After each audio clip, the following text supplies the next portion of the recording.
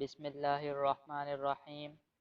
آج ہم آپ کے سامنے امام ابو حنیفہ رحمہ اللہ تعالیٰ کی ایمانداری کا ایک واقعہ پیش کر رہے ہیں۔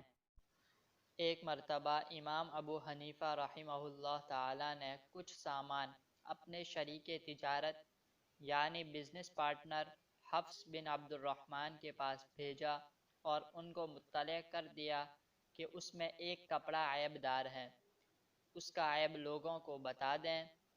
تو حفص نے یہ مال فروخت تو کر دیا مگر وہ عیب بتانا بھول گئے اور عیب دار کپڑے کا پورا دام انہوں نے گاہک سے وصول کر لیا۔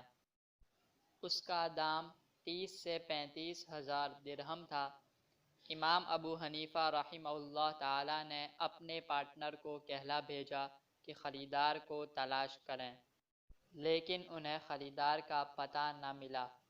اس پر امام ابو حنیفہ رحمہ اللہ تعالی نے قیمت کو اپنے پاکیزہ مال میں ملانا گوارا نہ کیا اور کل کا کل مال صدقہ کر دیا۔